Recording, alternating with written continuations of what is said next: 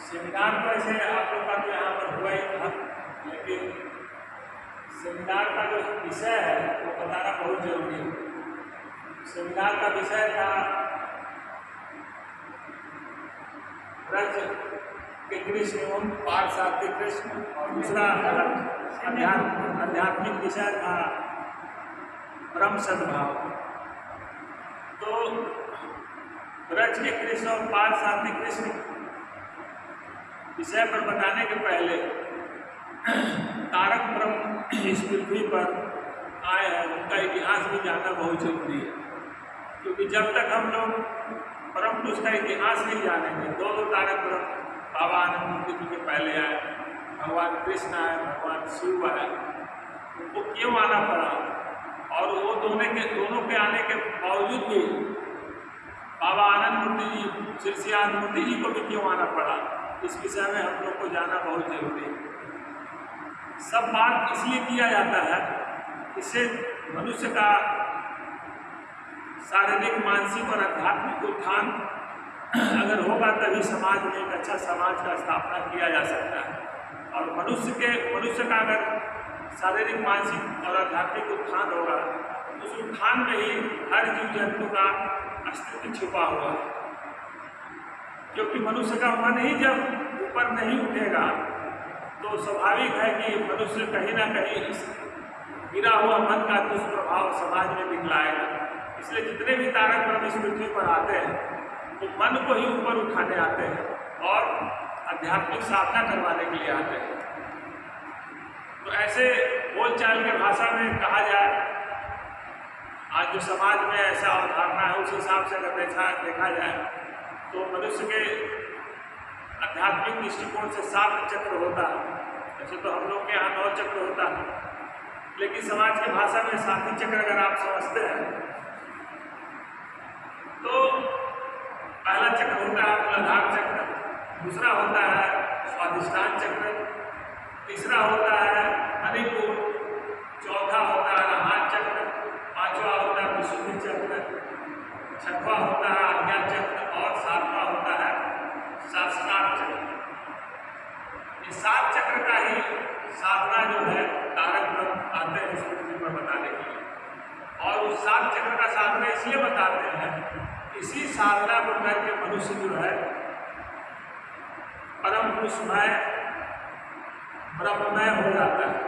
और जब वो हो जाएगा तो आज समाज में जो इतना सारा समस्या है, तीनों तारक ब्रह्म के आने के समय में समस्या था, जिसको सहज नैतिकता भी बताया, अभी आगे हम बताएंगे, तो इस तरह से ग्रसित रहता है। उसके अवदान के लिए, उसके निवारण के लिए, उसके निदान के लिए तारक ब्रह्म को आकर ये आध्यात्मिक साधना बताना पड़ता है।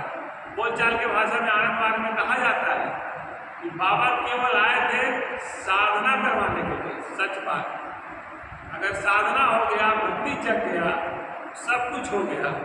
भगवान शिव भी इसलिए ही आए थे। भगवान शिव जब आए इस पृथ्वी पर तो समाज अर्धविकसित समाज था।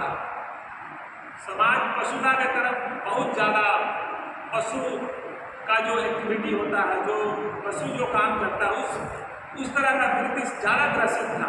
इसलिए कहा जाता है कि भगवान शिव के समय मनुष्य सामूहिक जो जनरल जो मानव जाति का साइकोलॉजी, उसको देखा जाए तो जब बहुत ज़्यादा विकसित नहीं था। तो मणिपुर चक्र से कभी भी मन जो ऊपर नहीं उठा, सब वही खाओ पियो और मौज करने वाला सिद्धांत में लोग लगे हुए थे।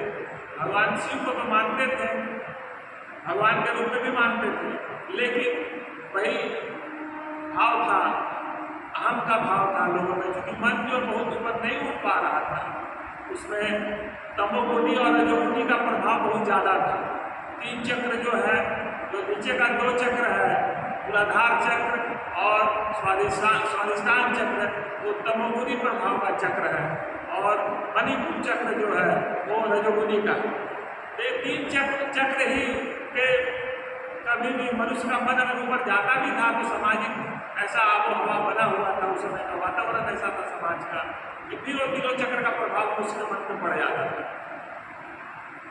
तो इसलिए बहुत ज़्यादा समाज विकसित नहीं हो पाया।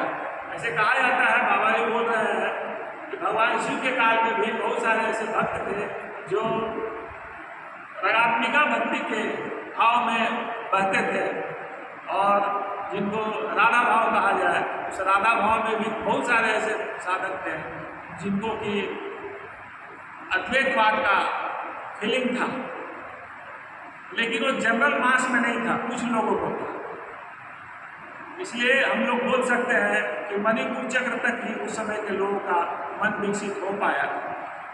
लेकिन भगवान तो आते हैं त्राण के लिए, मुक्ति के लिए आते हैं, और मास लेवल पे, मास पूरे सृष्टि का के कल्याण के लिए आते हैं। उसमें हर जीव जंतु मनुष्य सब उसमें रहता है, लेकिन चूंकि मनुष्य एक बुद्धिमान जीव होने के नाते परम पुरुष का कर्तव्य बनता है कि इसको विकसित करना है, इसके विकास में ही पूरे जीव जंतु पूरे सृष्टि का विकास है।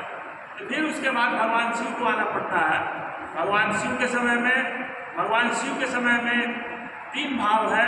ब्रज भाव के उपासक रहते हैं भगवान शिव के समय में। ब्रज भाव में एक फीलिंग होता रहता है कि हम भगवान तो हैं और हम भी हैं, लेकिन हम जो कुछ कर रहे हैं वो अपने लिए कर रहे हैं। एक तमोगुनी और रजोगुनी स्वभाव के लोग ही ऐसा करते हैं। आज भी होता है, आज भी लोग ऐसा करते हैं समाज में। तो भगवान है, परम पुरुष है, मानते हैं, लेकिन हम जो कुछ भी कर रहे हैं अपने लिए कर रहे हैं, अपने खुशी के लिए कर रहे हैं। भगवान से बहुत ज़्यादा कोई लेना देना नहीं है। ये मान रहे हैं कि तारक ब्रह्म है, परम पुरुष है।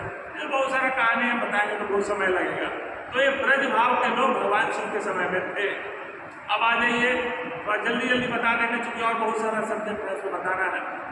भगवान कृष्ण का बात करिए। भगवान कृष्ण के समय में लोग